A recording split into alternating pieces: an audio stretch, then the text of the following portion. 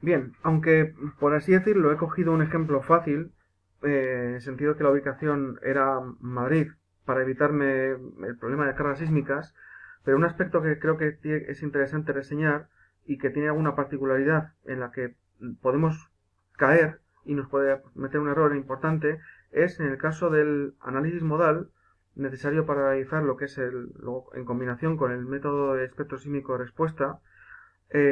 Vamos a ver cómo se podría realizar en este pórtico el análisis modal. Entonces, para ello, vamos a irnos al menú de análisis, tipos de análisis. Vemos que, por defecto, para todos los casos de carga que se han creado, desde el peso propio, sobrecarga de uso, las de viento y la nieve, todos son del tipo estático lineal. Entonces voy a introducir un nuevo análisis que es modal, de nombre modal, le podría poner el nombre que yo quiera, pero tipo análisis modal. Y pulso aquí OK. Me dice que voy a modificar la base de datos de resultados, bueno, no pasa nada. Entonces, número de voy a incluirle parámetros adicionales o avanzados que en principio no los voy a tocar porque dependen un poco del algoritmo interno de aproximación al problema numérico de valores y vectores propios relacionado con el análisis modal de la estructura.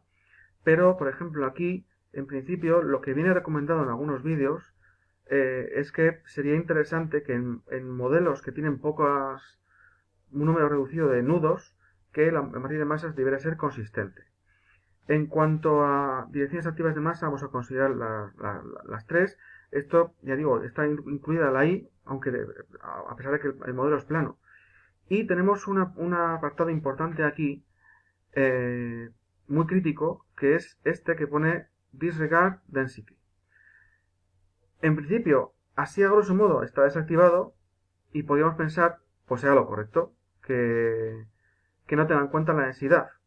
Es decir, o sea, mejor dicho, que si lo activamos no tendría en cuenta la densidad, con lo cual, pensándolo bien, parece que, bueno, pues no lo activemos, porque si lo activamos parece que no voy a tener en cuenta, pues me está como dando a entender que no tendría en cuenta un peso propio debido a la densidad de los materiales. De momento voy a dejarlo tal cual aparece aquí y voy a decirle OK. Importante en estos análisis modales es decirle, vale, voy a hacer un análisis modal, pero ¿de qué? La estructura ya está aquí definida con su geometría, sus alturas, sus perfiles, sus inercias, todo.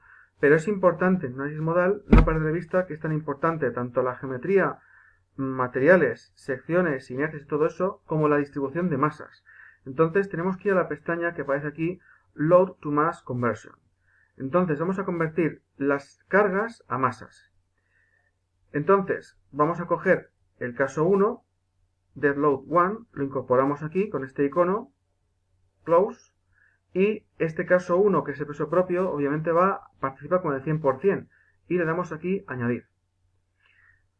¿Qué más masas vamos a considerar? Si vamos a la NCSE 02, habría que considerar también el 60% de la masa de la oficina, de la masa de la sobrecarga de uso en la oficina. Por lo tanto, voy a seleccionar aquí este caso 1, lo voy a quitar y el live load 1 lo subo, close, y le digo que el factor será 0.6 y le digo que lo añada. Y en principio esto ya está y voy a decirle que haga los cálculos. Bien, pues entonces cierro esta ventana y si vamos aquí a resultados, avanzados, modal analysis, me informaría en principio de ordenados por frecuencia los distintos modos que he encontrado de la estructura, los modos de vibración, la frecuencia natural sería 1,44 Hz, 0,69 segundos de periodo, y con una masa movilizada de 10.750 kilos. Entonces, yo en este ejemplo he hecho lo voy a indicar aquí en la pantalla de manera trivial, pero he hecho una predicción trivial de la masa movilizada en esa estructura. Entonces lo que es masa propia, lo que son los IPs más los HBs, esta masa propia sería, encuentro donde está calculada, 3.179 kilos. A continuación tenemos la masa por la cubierta, que sería 1714 kilos. Y luego tenemos el 60% de masa por oficina, que sería 2.755 kilos. Entonces, el total son 7.648 kilos, lo cual es un valor que no tiene nada que ver con el que vemos aquí en este resultado de cálculo. Entonces, ¿qué es lo que ha ocurrido? Lo que ha ocurrido es, básicamente, entre otras cosas, podemos discutir si el modelo este tiene precisión suficiente o no. Evidentemente le faltan nudos, pero una cosa clave que ha ocurrido aquí, por muchos nudos que le falten, la masa no está bien, no se puede haber equivocado en un 30%, en más de un 30%. Por lo tanto, ¿qué es lo que está ocurriendo? En el tipo de análisis, es el análisis este de aquí, el 27, le pongo parámetros, y el problema es que tendríamos que haber activado la casilla de Disregard Density. El problema es que está duplicando el peso propio de la estructura. A estos 7.000 está añadiéndoles 3.000, 10.800 básicamente. Entonces, la masa propia está dos veces. ¿Por qué está dos veces? Porque la masa propia ya está introducida, aquí voy a dar OK, voy a modificar la base de datos, la masa propia ya estaba introducida en el caso 1, no hace falta introducirla de nuevo. Por lo tanto, si le digo a cálculos, close y resultados de cálculo avanzados, modal analysis, ahora ya tengo un valor de 7.500 y pico kilos que se parece más a los 7.648 kilos. El error podemos atribuirlo a la manera de aproximar la frecuencia veremos que sería el periodo 0,58 segundos. El error aquí podemos atribuirlo a esa manera consistente o LAMP que venía indicada en el tipo de considerar, en la manera de considerar la masa en la estructura. No obstante, también vemos que este cálculo, en principio tampoco parece que fuera a dar mucha precisión, puesto que tenemos muy pocos nudos. Entonces, si queremos, voy a darle aquí al candado para refrescar la base de datos, voy a seleccionar toda la estructura y voy a aumentar ¿cómo se dice esto? La discretización, la precisión del análisis. ¿Cómo? Añadiendo nudos adicionales. Para ello me voy a seleccionar toda la estructura, me voy al menú de edición y tengo la opción de dividir. Entonces, en esta opción de dividir, con esto activado, es decir, generar nudos, pero sin dividir la barra. Es decir, la barra 2 seguirá siendo la barra 2. Y cuando la perite, seguirá teniendo federación de una sola columna, a pesar de que aquí me haya generado nudos adicionales. Entonces voy a pedirle que me introduzca 3 segmentos y voy a decirle que lo ejecute. Entonces aquí me ha introducido, ha aprovechado el nudo 5 que teníamos aquí, tengo un nudo 6, esta barra está dividida en 3, esta está dividida en 3, esta dividida en 3, etc. Close, y voy a decirle entonces otra vez que haga los cálculos.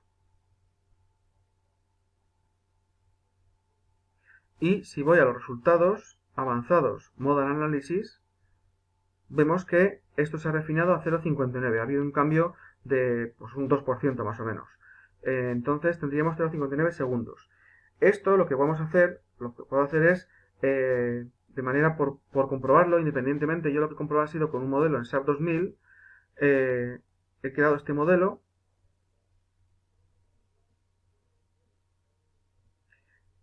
y lo que le voy a pedir es que lo calcule, bueno, está calculado ya, voy a pedirle que me muestre el análisis modal, el modo 1, ok. A su vez, veis que había dividido también con los nudos que tenemos aquí indicados, a la misma subdivisión de nudos, misma distribución de masas, y me da efectivamente un periodo para el modo 1 de 0,59 segundos. Entonces, con lo cual, pues tenemos una precisión muy buena con este, vamos, hemos obtenido, podemos fiarnos perfectamente del análisis. Repito que la clave aquí ha sido en este menú, el menú en el cálculo modal, la clave que nos puede llevar a engaño a veces del parámetro de si tener en cuenta o no la densidad. ¿De acuerdo? Luego entonces, Disregard Density se pulsa para que no la duplique porque ya está incorporada en un caso de cargas. Ese es el matiz de este cálculo.